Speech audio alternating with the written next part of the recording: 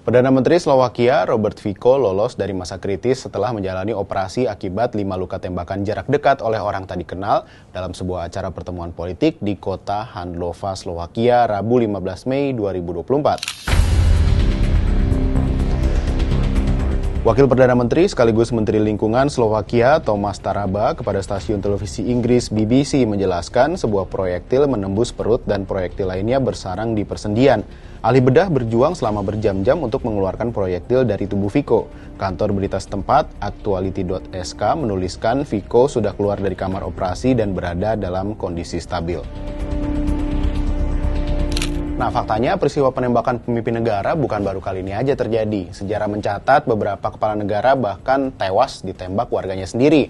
Flashback ke 22 November 1963, Presiden AS ke-35 John F. Kennedy atau JFK tewas tertembus peluru di bagian kepala dan leher. Ia ditembak saat mengendarai limusin atap terbuka dalam iring-iringan kampanye tidak resmi untuk pemilu 1964 di jalanan Dallas, Texas. JFK dilarikan ke rumah sakit Parkland namun nyawanya tak terselamatkan. Veteran Korps Marinir yang bermasalah dan membelot ke Soviet, Lee Harvey Oswald, ditangkap tak lama setelah peristiwa itu. Peristiwa pembunuhan JFK pun memunculkan banyak dugaan soal teori konspirasi.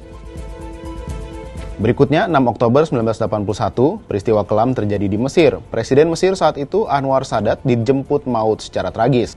Peristiwa tragis terjadi bersamaan dengan momen peringatan Perang Yom Kippur pada 1973. Saat Sadat sedang asik melihat manuver pesawat tempur dalam parade militer, kendaraan militer mendekati dan 4 orang bersenjata berlari ke arah Sadat, seraya memberondong tubuhnya dengan peluru dari jarak dekat.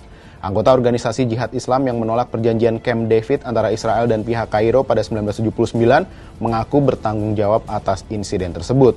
Mereka kecewa dengan inisiatif perdamaian dengan negeri Zionis.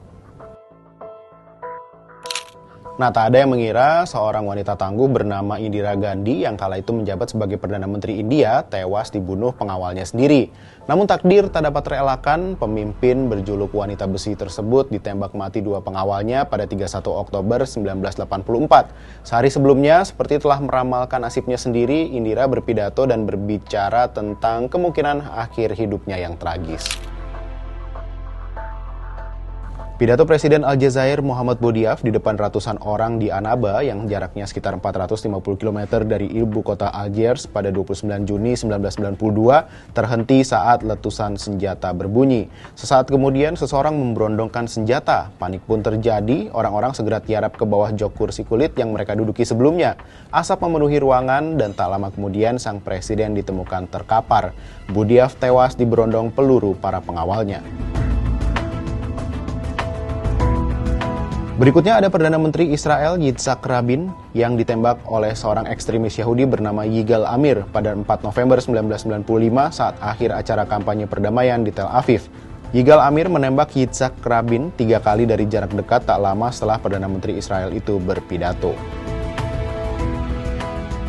Selanjutnya ada mantan Perdana Menteri Jepang ditembak saat berpidato dalam kampanye di kota Nara pada Jumat 8 Juli 2022 pukul 11.30 siang waktu setempat.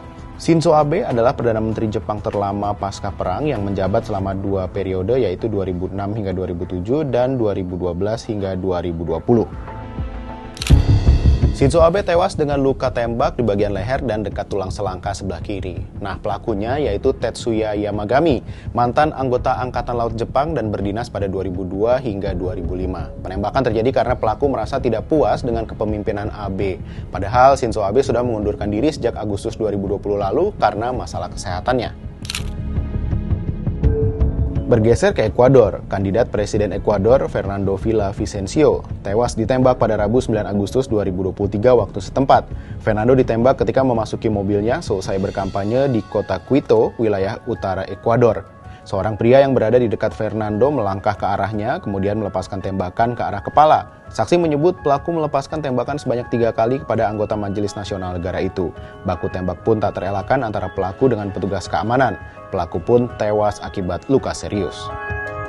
Nah, di Indonesia juga ada upaya pembunuhan yang menimpa Presiden pertama Soekarno. Di antaranya peristiwa perebutan kekuasaan tanggal 3 Juli 1946, peristiwa granat Cikini tanggal 30 November 1957, peristiwa MiG-15 Maukar tanggal 9 Maret 1960, peristiwa pelemparan granat di Jalan Cendrawasih tanggal 7 Januari 1962, dan peristiwa penembakan pada saat Idul Adha di halaman Istana Merdeka Jakarta tanggal 14 Mei 1962.